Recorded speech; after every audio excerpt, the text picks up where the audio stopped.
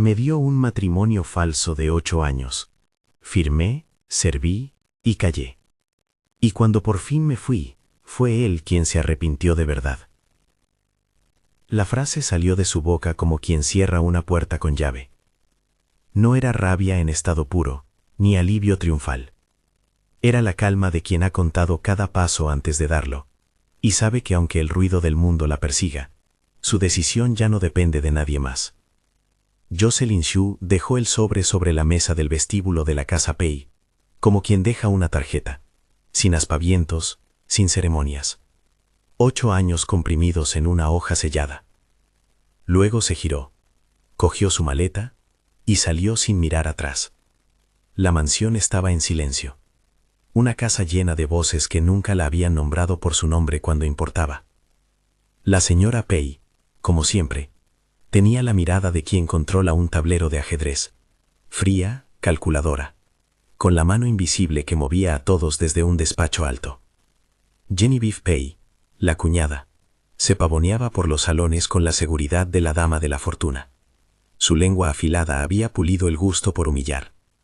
Y luego estaba Theodore, el heredero con sonrisa de publicidad, y ojos que habitualmente evitaban la cercanía. Al principio la cercanía había parecido amor. Con los años se había convertido en un empeño por conservar mi imagen. Los primeros años fueron distintos. Cuando se casaron, Jocelyn todavía creía en el calor de las mañanas compartidas, en las promesas dichas a media voz, en la sensación de quien se pertenece. Había rosas rojas y plazas reservadas, y Theodore se la llevaba a lugares que olían a ciudad nueva. Ella, que pintaba a ratos y cocinaba por costumbre más que por talento, veía en cada gesto una reciprocidad que con el tiempo se fue disolviendo como tinta en agua. Lo que quedó de ese amor fue el molde. Deberes, horarios, obsequios que llegaban envueltos pero que no hablaban. «Te compraré lo que quieras», le había susurrado una vez, y ella había creído que eran palabras. 8 años después entendía que esas palabras venían con condiciones. No fue una traición explosiva. Fue una erosión hecha de pequeñas grietas. Invitaciones que llegaban antes para la cuñada. Elogios públicos que la comparaban con Kear Ann, la mujer que regresó y siempre parecía ocupar el lugar que Jocelyn no debía pisar. Comentarios en las cenas sobre la utilidad de su presencia, que si era buena para ciertas labores sociales, que si tenía la compostura adecuada para ser esposa, que si servía para reparar imágenes familiares. Era una lista de deberes que nadie le había preguntado si quería aceptar. La casa Pei se convirtió en una coreografía rigurosa. A las 8 de la mañana, el mayordomo abría las cortinas, y el mundo parecía volver a su lugar sin su permiso. En las reuniones, Genevieve se permitía detener el tiempo con una frase hiriente. «Jocelyn, cariño, puedes traer las copas. No queremos que la mesa se arruine por una mano inexperta». Las risas que seguían eran como agujas.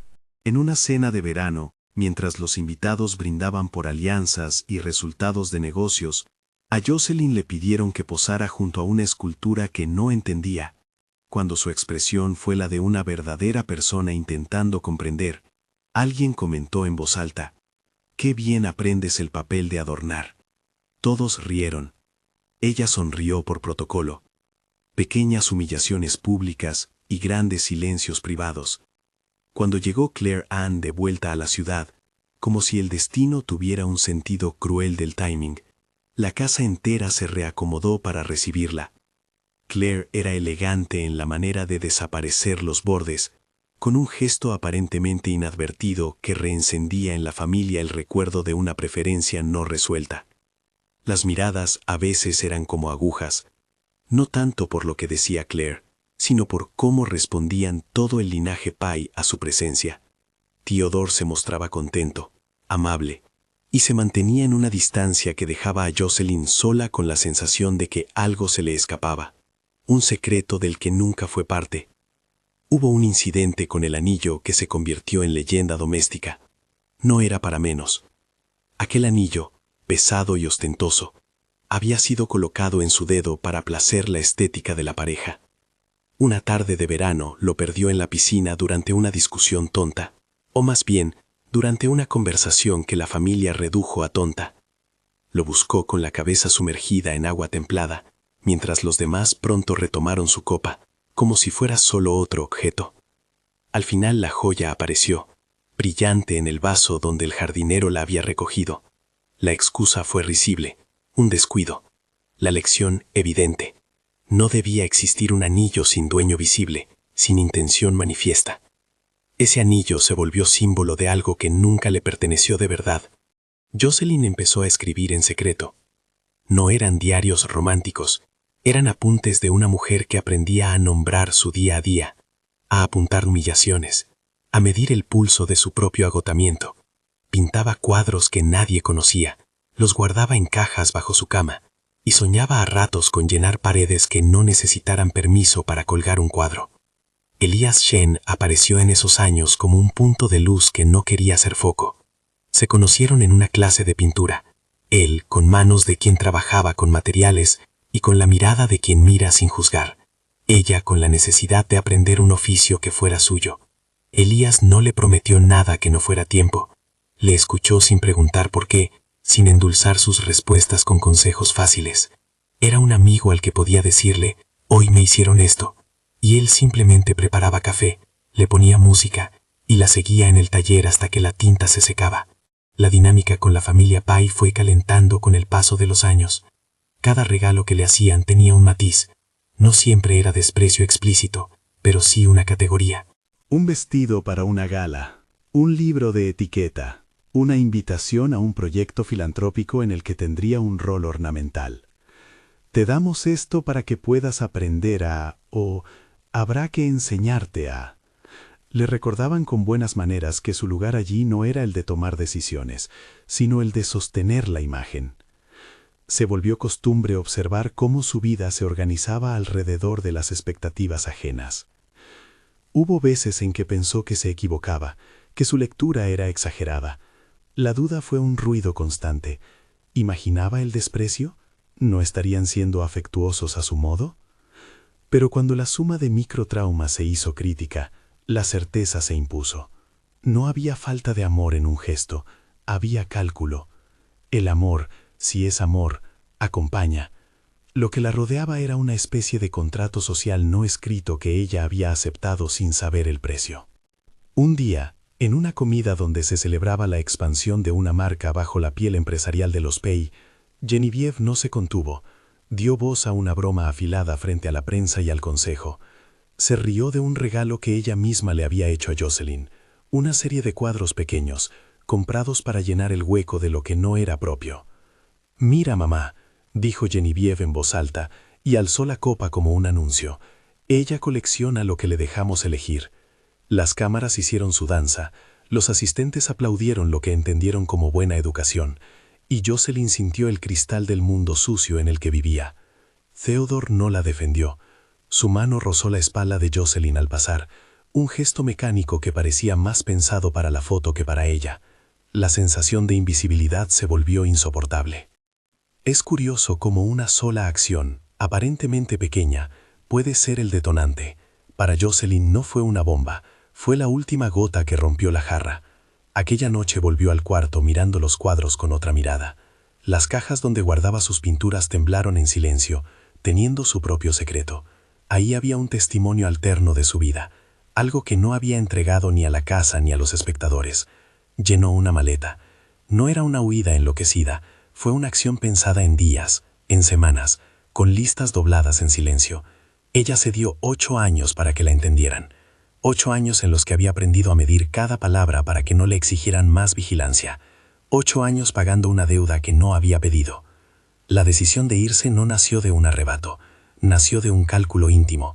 Quedarse era aceptar que su nombre desapareciera detrás de la etiqueta de cónyuge convenido. Irse significaba recuperar la voz. Lo hizo con la templanza de quien empaqueta una vida con cuidado. Llevaba la ropa que podía permitirse, los papeles que importaban, cartas, algunos cuadros pequeños, un cuaderno con notas y un sobre sellado donde escribió pocas palabras. No era una carta larga, no creía en las cartas que piden aliento a quien las recibe. Solo un sobre para dejar constancia de una decisión que implicaba más que un trámite. No buscó escándalo ni humillación pública. Quería mantenerse digna, y la dignidad, exige discreción. Antes de salir, pasó por el taller donde guardaba sus cuadros. Tomas de luz cálida le devolvieron algo que la casa Pei apenas permitía. Cogió un lienzo, lo miró, y por primera vez no lo vio como una distracción transitoria, sino como una puerta.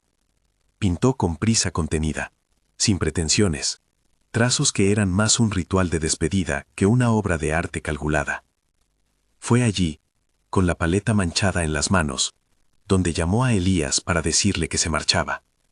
No le pidió protección, pidió compañía para cruzar un primer umbral. Elías la recogió al amanecer. Era un hombre que hablaba poco y escuchaba mucho. Cuando le ofreció llevar las cajas con los cuadros al coche, lo hizo con naturalidad. No hubo preguntas incómodas. En el trayecto al aeropuerto, la ciudad parecía retener la respiración. Jocelyn miró por la ventana la acumulación de edificios, y le pareció que la vida era una sucesión de puertas que se abren o se cierran, según quien las toca. Elías le dejó el silencio como un manto. No había promesas, solo una mano que no soltaba la suya, cuando la tormenta de su mente parecía más fuerte. En el aeropuerto, las luces eran inclementes. Gente que iba y venía con su propia razón para partir y para quedarse. Ella se sentó en una esquina y sacó el sobre. No lo abrió, no lo necesitó. Tenía en la cabeza la escena de la mesa en la que lo dejaría. Nada de estrépito, solo un gesto que completaría un ciclo. El avión no era una fuga inmediata, era una frontera simbólica. Antes de subir, envió un mensaje corto a Theodore. Firmo esto y me voy. 8 años fueron suficientes. No añadió recriminación. La economía del mensaje estaba calibrada para causar efecto sin ruido. Elida Pei recibió el texto como si fuera una cortesía más del día. Para la familia, un divorcio era una noticia incómoda que se resolvía entre apariencias. No se imaginaban que la salida iba a doler en algo más que en las fotos. Para ellos, era un problema de relaciones públicas. Para Jocelyn, era reforma de existencia. La reacción de Theodore fue lenta, tan lenta como suelen ser las reacciones de quienes descubren que la vida tiene una resistencia. Primero incredulidad, luego la búsqueda de un discurso aprobado por la familia. Y al final una llamada que llegó cuando ella ya estaba en la sala de embarque.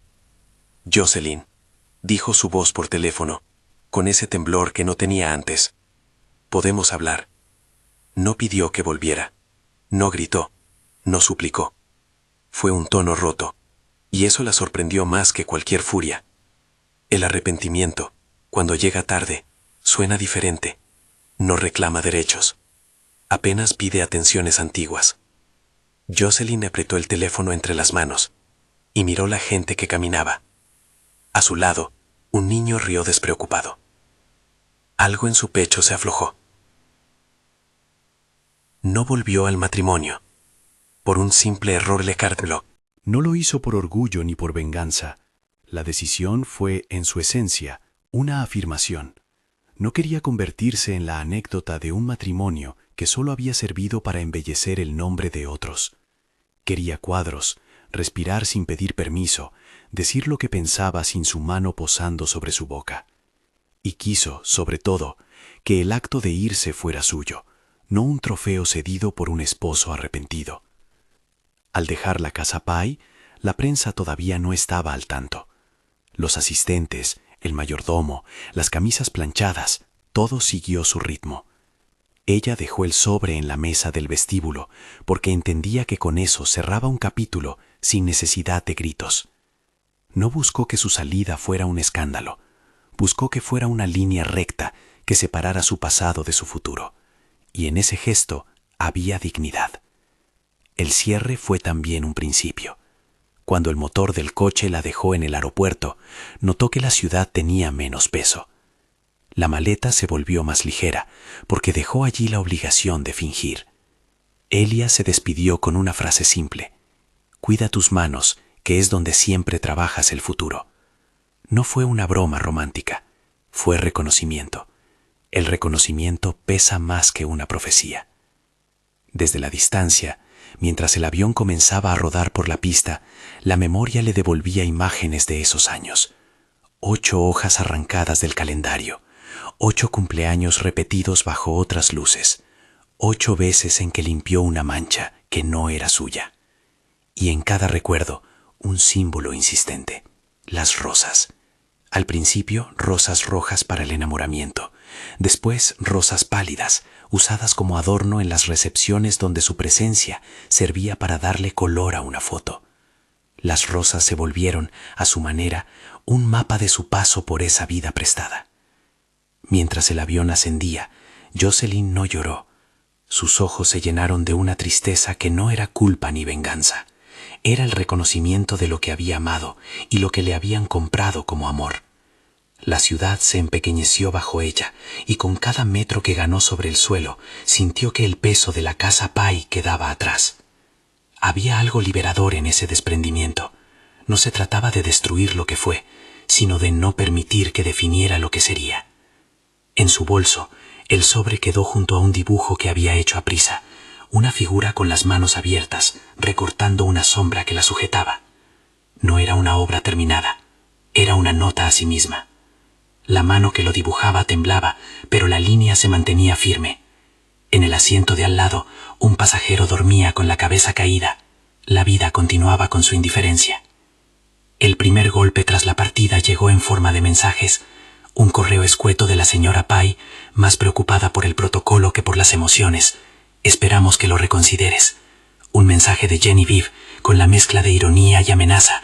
No te será fácil fuera. La ciudad entera de los Pai enviaba ecos. Jocelyn, en el silencio de su asiento, se dio cuenta de algo importante. El mundo que dejaba intentaría explicarle su salida con las palabras que más les convinieran. Podrían decir que era teatral, que buscaba atención, que había un arreglo financiero detrás. Ella sabía que contarían su marcha en tono de chisme para proteger sus privilegios. No tenía interés en enmendar relatos ajenos. Solo quería la verdad de su propio paso. Cuando llegó a su destino, no tenía más que una llave para abrir la puerta de un apartamento modesto y sus cajas de cuadros. Elias le esperaba con café. ¿Y ahora?, preguntó él, sin tonos heroicos, con la naturalidad que solo tienen los que te conocen desde la raíz de tus miedos. Ella sonrió con algo parecido a la resolución. Ahora, pinto, dijo. No dijo venganza ni prueba, dijo lo más real que podía hacer, una promesa de vida. Pasaron las primeras semanas en una niebla de ajustes, llamadas que no contestó, invitaciones públicas a las que no respondió, rumores que comenzaron a buscar huecos. Empezó a dar pequeñas entrevistas a amigos que le pedían que contara su historia para sí misma, no para alimentar morbo. Pintó hasta la madrugada, mostrándole a Elias obras que no había dejado ver. Organizó una pequeña muestra en una cafetería donde las luces eran cálidas y la gente venía más por la conversación que por la fama. Allí, rodeada de sus cuadros y de rostros anónimos que aplaudían sin interés en el apellido Pai, se sintió por primera vez no como una imagen, sino como una artista. Pero la tranquilidad no duró. En la distancia, el apellido Pai no se resignó a un cierre discreto. La familia se movió con la precisión de quien sabe maniobrar crisis, sonrisas calculadas, despachos cerrados, llamadas a los medios. En una cena de socios se murmuró que la marcha de Jocelyn había afectado negocios, que la sociedad con ciertos aliados había sufrido. Las palabras eran cuidadosas, una mezcla entre indignación y cálculo, porque para los Pai todo tenía que ver con la estabilidad de su posición. 8 años de matrimonio se traducían para ellos en detalles que podían erosionar reputaciones. Theodore apareció en 2 ocasiones en el umbral del pasado, primero con mensajes, luego con llamadas que explotaban en la madrugada. Tocó a su puerta una vez, con flores que no eran de sus recuerdos, sino de la logística de las disculpas. Se disculpó en voz baja, la voz pequeña, como si el arrepentimiento fuera un animal asustado que no supo hablar antes. He cometido errores, dijo. No preguntó por ella, pidió perdón por sí mismo. Eso no bastó. Ella dejó claro que no deseaba jugar a una reconciliación teatral. No quería abrazos arreglados ni fotografías que pudieran colocarse en un álbum familiar. En la ciudad se empezó a hablar de que había existido un contrato. No fue un rumor cualquiera. Era un rumor que buscaba explicar la inexplicable para los Pei, cómo alguien tan dócil, según su versión, podía marcharse. A Jocelyn le llegaron fragmentos a través de terceros, comentarios de amigos y algunas notas en prensa. No quiso investigar. No deseaba que su salida se convirtiera en un caso a diseccionar. Prefirió mantenerse en la costura de su propia reconstrucción. Clases de restauración, ventas en galerías pequeñas, reuniones con curadores que le preguntaban por su proceso, no por su vida privada. Aún así, la sombra del contrato fue creciendo como nube en el horizonte. Las llamadas de los amigos de su antigua vida se hicieron menos frecuentes. La red que la sostenía dentro de la familia Pai se volvió un laberinto de puertas cerradas. Un día, al abrir su correo, encontró una invitación de la antigua casa para asistir a un evento benéfico. Una imagen de reconciliación al alcance de todos. No acudió. No hay mayor dignidad que poner límites, incluso cuando el mundo ofrece la teatralidad del reencuentro. En el taller, entre trapos y pigmentos, se sentía la tensión de lo que estaba por venir. La posibilidad de que el apellido Pai intentara recuperar la narrativa y presentar a Jocelyn como quien buscó notoriedad. Ella sabía que la historia se iba a disputar en voz alta. La familia Pai tenía recursos para moldear apariencias. Pero en su pecho se perfilaba una certeza. Ya no era propiedad de nadie. Si los Pai querían reconstruir el pasado con sus reglas, que lo hicieran. Ella tenía su verdad. Fue en una tarde fría cuando recibió la primera fotografía que lo cambió todo. No era una foto con intención de ataque. Parecía más un registro casual. La señora Pai en un despacho con documentación en la mesa. Una carpeta abierta. La imagen, enviada por alguien que sabía provocar, tuvo el efecto que muchas cosas no lograron. Encendió en Jocelyn una curiosidad que no era meramente voyerista. ¿Qué había detrás de esa carpeta? ¿Por qué una madre mostraría un documento así con tanta naturalidad? En lugar de buscar respuestas rápidas, decidió moverse con cautela. No quería alimentar la maquinaria Pai con su reacción impulsiva. Seguía pintando. Sus manos volvían a ser el instrumento que le definía. Elías, siempre cerca, le ofrecía el taller cuando la ciudad se volvía demasiado ruidosa, y los ecos del pasado se colaban entre las paredes. La vida nueva no era espléndida, era honesta. Ella empezó a vender pequeños cuadros a amigos, a organizar una muestra en la que habló por primera vez de lo que la impulsaba. No del daño, sino de la necesidad de crear. Fue su primera exposición en solitario. La sala estaba llena de gente real, y de ventanas que daban a calles sencillas. No hubo cámaras de famosos. Hubo manos que aplaudieron y preguntas sinceras. Pero había algo que siempre regresaba. La idea de que su marcha había sido un gesto que la familia Pai no asumiría como legítimo. Y mientras ella alisaba lienzos, otros alisaban discursos. Con el tiempo, la ciudad comenzaría a escuchar dos versiones, la de la mujer que decidió volver a ser y la de una casa poderosa que se sentía herida en su protocolo. Ese choque de relatos es lo que suele transformar la vida en espectáculo. En una de esas tardes en el taller, Jocelyn abrió su cuaderno y escribió en una línea corta que se volvió un mantra: «No vuelvas a ser sombra». Era una afirmación que ya no admitía negociación. Tener presente esa frase le dio estructura. Pintó con ella como si fuera una música que marcaba el pulso. Mientras tanto, en los salones donde antes gobernaba su silencio, la conversación sobre su partida aumentaba la intensidad. Algunos hablaban de que su marcha había debilitado alianzas, otros susurraban que todo había sido teatral. Y entre esos murmullos comenzó a filtrarse un nombre que le resultaba pesado: contrato. Era una palabra que, en boca de la familia Pai, sonaba a explicación para normalizar aquello que no querían pensar, que su propia organización había ejercido presión y comprado sumisiones. Jocelyn oyó el concepto como quien escucha un trueno lejano. Ante el peligro, la primera reacción es la contención. No se lanzó a reivindicar nada. Sabía que cuanto más ruido hiciera, más herramientas le daría a quienes querían convertir su marcha en mercancía. Su estrategia fue distinta: construir su espacio. Fueron meses de talleres, de pequeñas ventas, de relaciones que crecían a fuego lento. Elías fue su compañero en esa tarea, antes como amigo y a veces como cómplice silencioso. Entre ellos había confianza sin etiquetas apresuradas. Preferían la certeza del día a día a la declaración que eludiera lo que realmente importaba. Y, sin embargo, algo en la construcción silenciosa no podía detener la maquinaria que empezaba a moverse. Desde la distancia, la familia Pai empezó a preparar su contraofensiva, mantener el control de la narrativa. Eso, para la prensa y los círculos sociales, era un ingrediente atractivo. ¿Qué había detrás de 8 años de matrimonio que terminaban así? La pregunta se coló en titulares que no la nombraban por su nombre, sino por el rumor. Ella, que había pasado tanto tiempo siendo imagen, no quería ser de nuevo vocablo en la boca de otros. Fue entonces cuando, una mañana gris, su teléfono sonó con un número desconocido. La voz del otro lado fue breve, con un tono que no pedía permiso. «Queremos hablar, no para herirte, para arreglar esto». Era Theodore.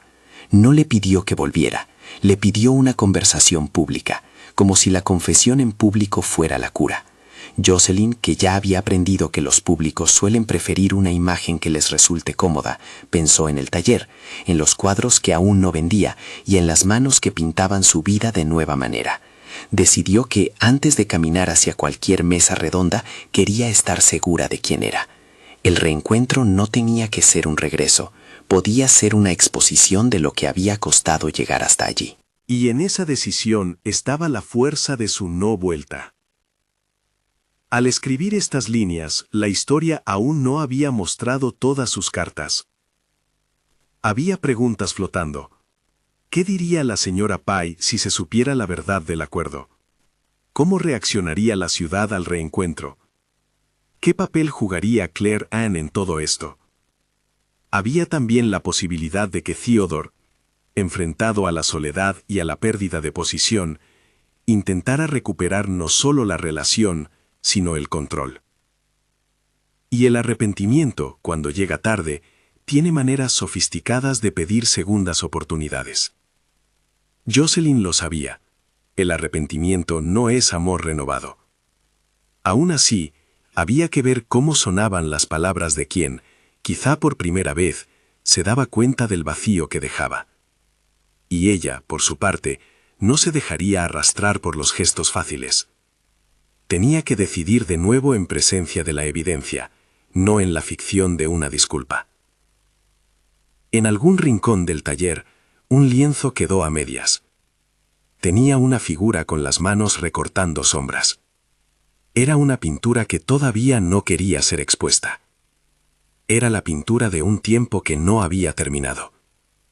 Cuando Jocelyn la miraba, sabía que el verdadero acto de libertad no sería mostrar la pintura. Sería terminarla en la calma que solo da la certeza de no volver atrás por miedo.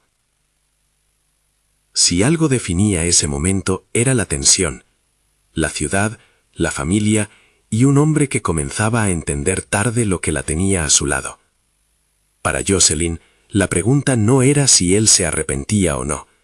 La pregunta era si ella quería devolver su libertad a quien la había condicionado.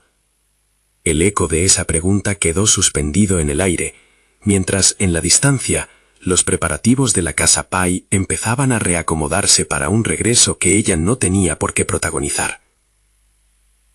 En el taller, entre pigmentos y café frío, Jocelyn se colocó frente al lienzo inacabado. Cogió la paleta y con las manos firmes trazó la primera línea de la siguiente capa. No buscaba validar nada fuera de su propio taller. Pintó para sí, para la voz que ya no era sombra. Y mientras daba la pincelada, una certeza simple la atravesó. Si él se arrepintiera, sería una noticia del mundo. Si ella se quedaba firme, sería su vida. No había más cálculos. Había simplemente la elección de quién quería ser. Si te intriga saber cómo continúa la historia, suscríbete para no perderte la siguiente etapa. Y cuando termines este capítulo, dime en comentarios, ¿volverías ante un arrepentimiento tardío o crees que la dignidad exige marcha? La fotografía en blanco y negro quedó encima de la mesa del taller como una provocación. No era una imagen muy nítida. La señora Pai, una carpeta abierta, un puñado de hojas asomando. pero en el borde de aquella impresión alguien había dejado una nota breve. Creo que deberías ver esto. No había remitente, solo una mano anónima que parecía haber elegido el ruido justo para despertar la curiosidad de quien ya no quería más silencios. Jocelyn la tomó con calma, sin esperanzas de drama, simplemente con la primera sensación de que algo que ella no había podido nombrar del todo, necesitaba un testigo. Cuando abrió la carpeta del envío, no encontró un expediente jurídico, ni papeles con lenguaje enrevesado. Encontró copias fotográficas de documentos firmados y una hoja con una frase subrayada que, leída con perspectiva, cambió el eje de lo que ella había pensado durante 8 años. Ahí había palabras que, lejos de vaciarse en tecnicismos, describían una transacción, condiciones, tiempo, obligaciones. No había un veredicto, había un acuerdo firmado. La disonancia entre lo humano y lo acordado se volvió visible como un tatuaje. No buscó al responsable, no quiso que el punto de partida de su nuevo rumbo fuera un escándalo fabricado para el regocijo ajeno. Guardó las copias en la misma cajita donde había escondido sus primeros bocetos, las colocó junto a un pequeño cuadro que llamaba corte, una figura recortando sombras, y esperó. Esperó porque sabía que la verdad, cuando se revela en su propio tiempo, tiene un peso que no suelen sostener las prisas. Mientras se hablaba en la ciudad, y cuando digo se hablaba, me refiero a cómo la máquina social de las apariencias empezaba a buscar explicaciones fáciles, la casa Pei se movía como un organismo a punto de hacer limpiezas rápidas, llamadas a agentes, acuerdos de confidencialidad no declarados, mensajes que pedían silencio bajo la promesa de que todo volvería a la normalidad si nadie encendía la chispa. Para la familia, la urgencia era proteger una marca. Para Jocelyn, la urgencia era recuperar su historia. No pasó mucho antes de que la fotografía dejara de ser un enigma. Un editor amigo le envió un mensaje. Tenemos el rumor y un interés. Si quieres, podemos hablar sin que nada salga aún en portada. Jocelyn agradeció. No aceptó entrevistas, no buscó titulares. Lo que sí hizo fue pedir un inventario. Reunió mentalmente los objetos que la habían acompañado esos 8 años. Los regalos que se le ofrecieron con una doble letra, una apariencia y debajo una condición, y decidió qué hacer con cada uno. Había regalos que, al tocarlos, producían el mismo ruido que la carpeta, la sensación de haber sido comprada para decorar un escenario, y no quería que esos objetos siguieran disfrazando lo que fue. Mientras tanto, en la mansión Pei, la señora Pei convocó reuniones controladas. No dejemos que esto se convierta en algo mayor, dijo, con la voz de quien cree que el mundo obedece fórmulas. Genevieve trajinó sonrisas. Claire Ann jugó el papel que más le convenía, el de la que aparece como inocente cuando le interesa, y Theodore, por primera vez, mostró desasosiego fuera del protocolo. Su remordimiento ya no era de un hombre asustado por perder una posición. Parecía el desgarro de quien mira lo que le rodea y percibe su propio vacío. Jocelyn, en su taller, decidió que la mejor estrategia era la que siempre había usado desde que aprendió a introducir color en un lienzo: trabajar el tema hasta que diera la forma que ella quería. Preparó una muestra, una exposición pequeña pero con intención, donde cada pieza cargara un relato. No quería montar un juicio, quería que su obra hablara de la experiencia de ser vista y de no ser escuchada. Invitó a amigos, a curadores que conocía, a gente que se interesaba por el proceso más que por la anécdota. Pero también envió invitaciones discretas a periodistas que tendrían interés en mirar sin convertirlo todo en circo. El día de la inauguración, la sala estaba cálida, llena de gente que aplaudía por la sensación honesta de la exposición. Había cuadros con manos que soltaban objetos, lienzos donde las rosas perdían su brillo para convertirse en mapas de tiempo, piezas que invitaban a tocar con la mirada. A la hora prevista apareció la prensa que ella había permitido, no para pedir carnada, sino para registrar un gesto artístico. Entre las esquinas iluminadas, alguien dejó pasar un rumor. La familia Pai celebraría esa misma noche un banquete benéfico, y se había extendido la expectativa de saber si acudirían o no. No contó con que la noticia del contrato ya corría con su propia inercia. La señora Pai decidió actuar. En un intento por controlar la imagen, organizó una rueda de prensa improvisada, en la que pretendía mostrar que todo había sido un malentendido, una distribución de papeles que representaban servicios contratados, nada más que una formalidad. La intención era restar humanidad a una historia que empezó siendo humana. Los Pai pensaban que una explicación fría apagaría la llama. Pero la ciudad no ardió por la carpeta en sí, ardió por la idea de que alguien, durante 8 años, había sido tratada como parte de un arreglo. Cuando la prensa empezó a contrastar versiones, cuando la palabra contrato salió sin adornos, algunos aliados de la familia se retiraron con sigilo. Los muros invisibles del poder a veces son frágiles si alguien descubre que la base está hecha de apariencias. No hubo juicios ni sentencias públicas que detallar, hubo decisiones empresariales de distancia, llamadas para replantear alianzas y una sensación general de que la casa Pai debía recomponer su marca. Para la familia, la repercusión era un golpe económico y de reputación. Para Jocelyn, una comprobación de que su salida alteraba una estructura mucho más amplia que el lazo personal. Fue en ese clima cuando Theodore intentó un gesto público. Apareció en la exposición, no como defensor, sino como alguien que buscaba confirmación de su propio arrepentimiento. Caminó entre los cuadros con las manos en los bolsillos, mirada turbada, como quien descubre fotos antiguas en caja que no había querido abrir. No pidió el micrófono, no hizo un discurso. Se acercó a una obra en la que una mano dejaba caer una cadena de regalos empaquetados en vidrio, y con voz baja, dijo, «No supe protegerte». Era una confesión desnuda que la sala escuchó con el respeto que merecen las palabras encontradas. La reacción más inmediata vino de la señora Pai, que acudió al lugar con rostros preparados y una falsa calma. Intentó cerrar la escena con frases medidas. Hay explicaciones que se tratan en privado. Intentó frenar la curiosidad con su autoridad. Pero el público ya no quería silencio privado. Quería la verdad pública de alguien que había vivido 8 años en el altar de la apariencia. En la puerta de salida algunos fotógrafos captaron a Genevieve riendo con demasiada facilidad, a Claire Ann moviéndose con la elegancia de quien calcula sus ganancias. La imagen fue viral en cuestión de horas. La exposición era el telón, el resto, la conversación. Jocelyn no buscó el enfrentamiento.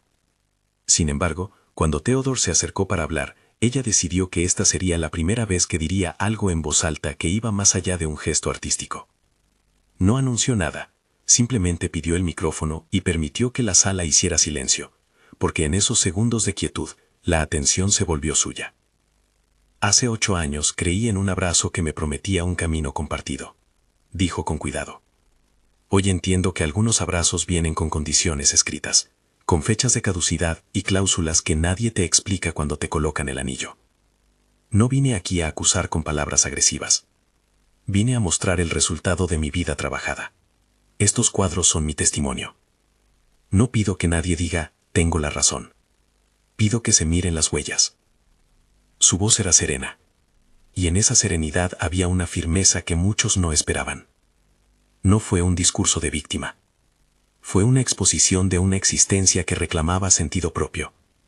Cuando terminó, alguien del público aplaudió.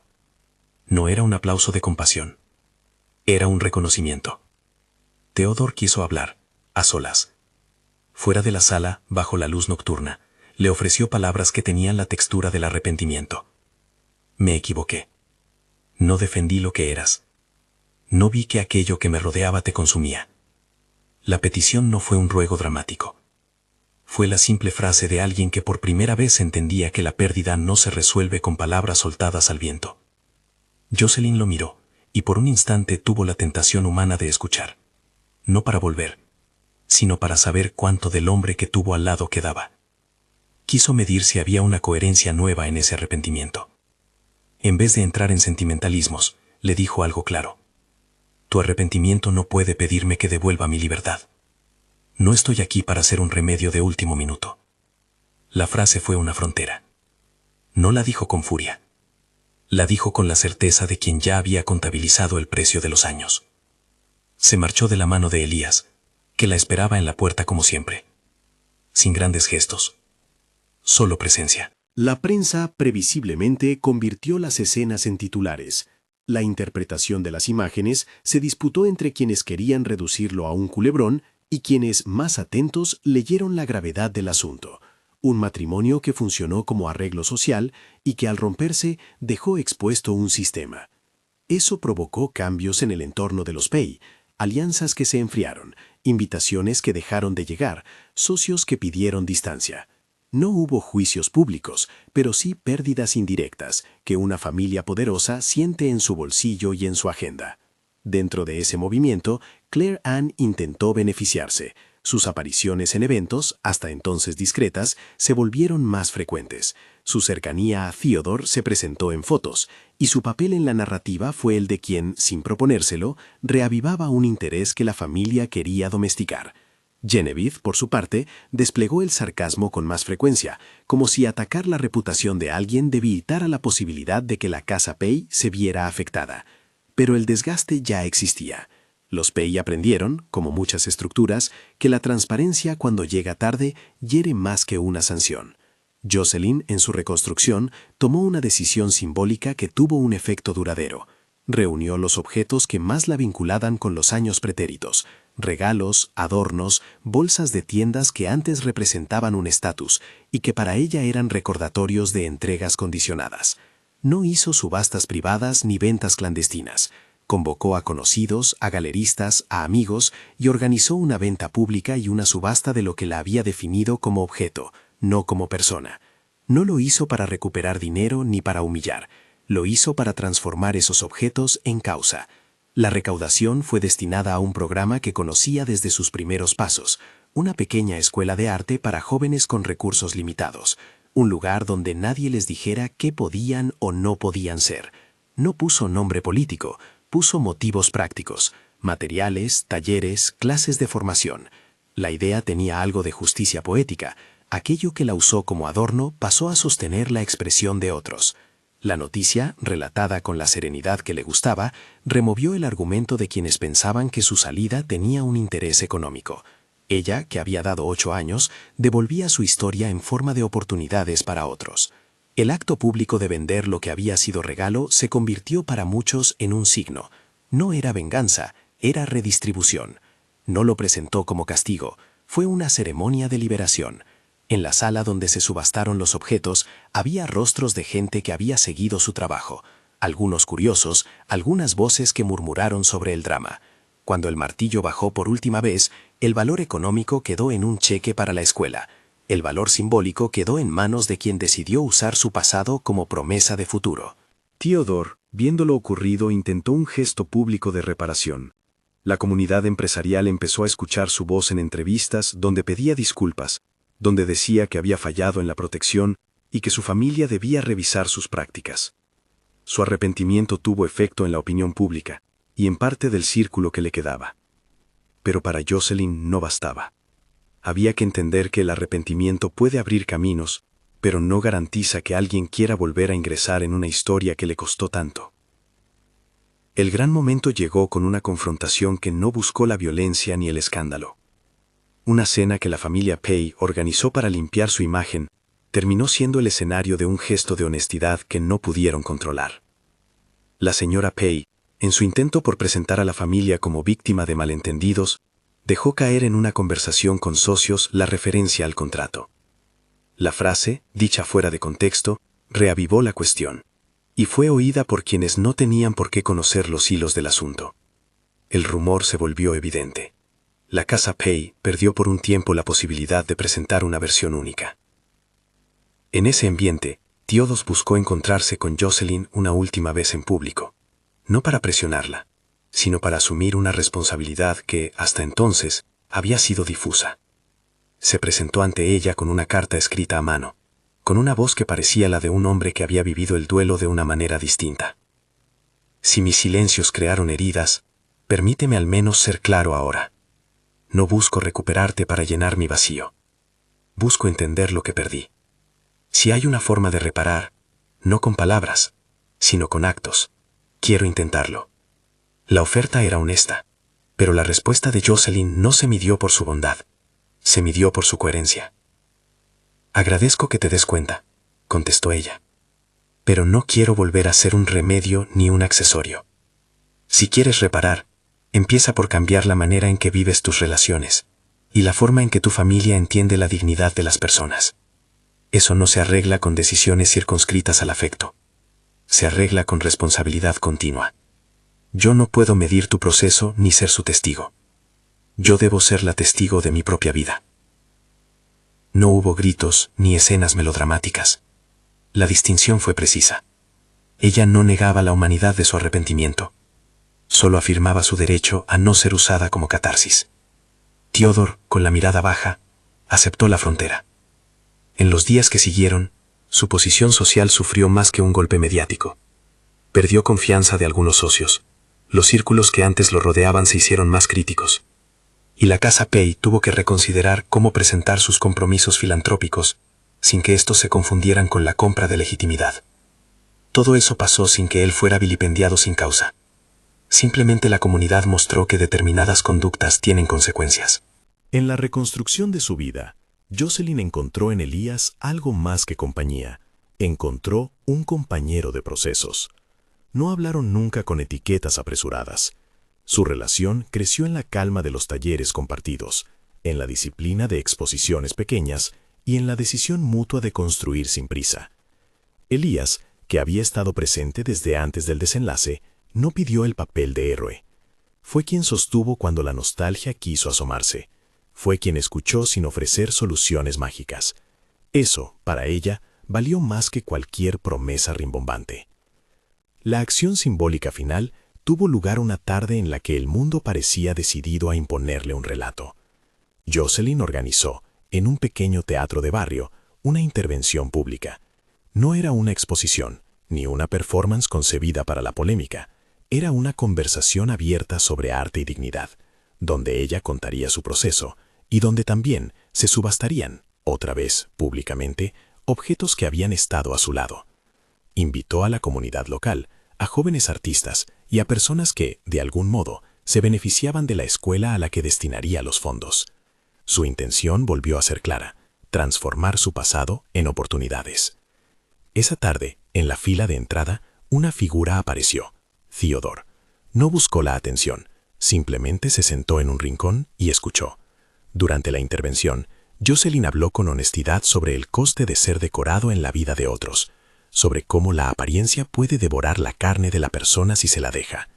Habló de sus pinturas, de sus noches en vela, de las pequeñas victorias que significaban vender una obra o conseguir material para un alumno.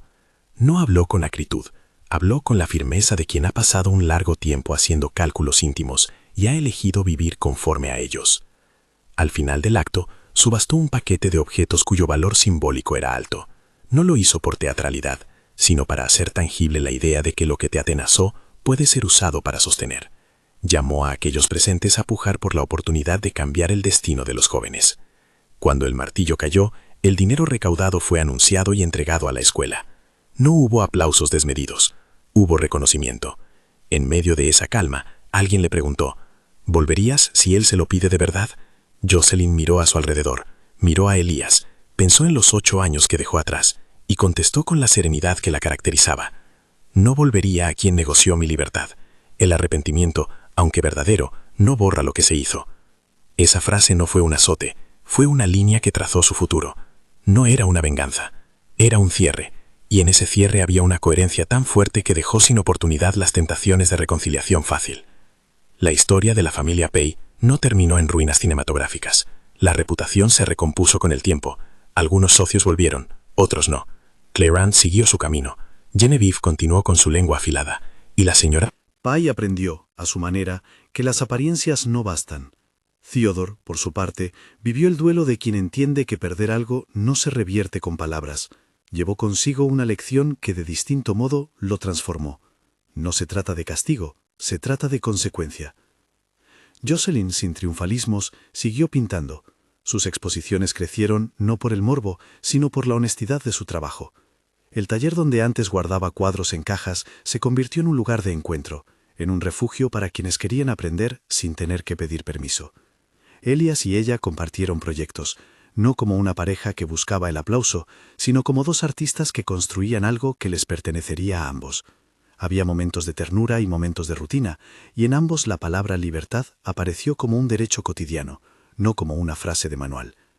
Hubo quienes todavía preguntaban, años después, si algún arrepentimiento podía reavivar lo perdido. La respuesta de Jocelyn siempre fue la misma: el arrepentimiento es humano, El retorno es mi decisión. No hubo cierre dramático donde él implora en la puerta. Hubo en cambio un intercambio de miradas en una sala de exposiciones y la certeza de que la continuidad de su vida no tenía que ver con la aceptación de un perdón tardío. En la noche en que decidió donar el último paquete de regalos a la escuela, se permitió un gesto íntimo. Abrió una caja donde había algunas cartas sin importancia y una caja de madera donde guardó lo que de verdad le importaba: sus dibujos originales, un par de pinceles que le regalaron en su primer curso, una pequeña foto de Elias y ella en una residencia de artistas. No quitó ni destruyó por rabia, seleccionó y transformó por amor a lo que venía. Había una belleza austera en su acción. Cerraba un capítulo con sentido y abría otro sin ruido. Al final, la escena que más recordaron no fue una confrontación escandalosa, sino una imagen simple. Jocelyn en su estudio, con las manos manchadas de pintura, dibujando una figura que soltaba las cadenas de su propio cuerpo. La pintura quedó grande, y en la inauguración final, cuando se mostró al público, muchas personas lloraron brevemente al verla. No por morbo, sino por reconocimiento. La obra hablaba de dejar ir los roles prestados y de aceptar la responsabilidad de uno mismo. Él, Theodore, se quedó con su remordimiento y con la tarea de rehacer su vida desde otra honestidad. No fue un final de desprecio eterno, fue un aprendizaje que implicó pérdida y luego trabajo. Ella se quedó con su nueva vida, con Elias, con su escuela, con su taller. No hubo un matrimonio flamante ni una reconciliación espectacular. Hubo en cambio una calma robusta que se había ganado con paciencia y con la convicción de que nadie tiene derecho a comprar la dignidad de otro. Cuando le preguntaron, en una entrevista posterior, qué era lo que más valoraba tras aquellos 8 años, respondió: «Valoro la posibilidad de decidir sin miedo a ser consumida por la imagen de otros. Valoro poder decir no, y que ese no sea el final de mi historia, sino el inicio de la nuestra». Sus palabras no buscaban convertir el pasado en una lección moral para todos, buscaban dar testimonio de que la dignidad se preserva con actos cotidianos y con decisiones claras. En una tarde cualquiera, mientras colgaba un nuevo cuadro, decidió inclinarse un instante sobre el rincón donde antes había una piscina simbólica en su pintura, y en gesto íntimo pintó una llave, no para cerrar puertas, sino para recordarse que ella era la guardiana de su propia entrada. Ese símbolo, sencillo, lo colocó en la esquina de varios lienzos posteriores. Cada vez que alguien le preguntaba por la llave, ella sonreía y decía: «Es la llave que nadie me dio y que aprendí a forjar». La historia terminó, si es que puede decirse que una historia cierra por completo. Nadie regresó con demandas imposibles, nadie prometió milagros. Hubo sí consecuencias. La familia Pai aprendió a medir sus gestos. La ciudad discutió sobre las formas del poder y la apariencia, y Jocelyn construyó una vida que le pertenecía. Cuando en una última ocasión pública, alguien le dijo a la prensa: «¿Se arrepiente de sus 8 años ahí?», ella contestó con la serenidad que la definía: «No me arrepiento de los años que me enseñaron a no permitir que otros escriban mi historia. Me di 8 años para aprender. Cuando me fui, él se arrepintió de verdad. Yo no volví». Si esta historia te ha conmovido, cuéntame en comentarios. ¿Volverías ante un arrepentimiento tardío o crees que la dignidad exige marcha?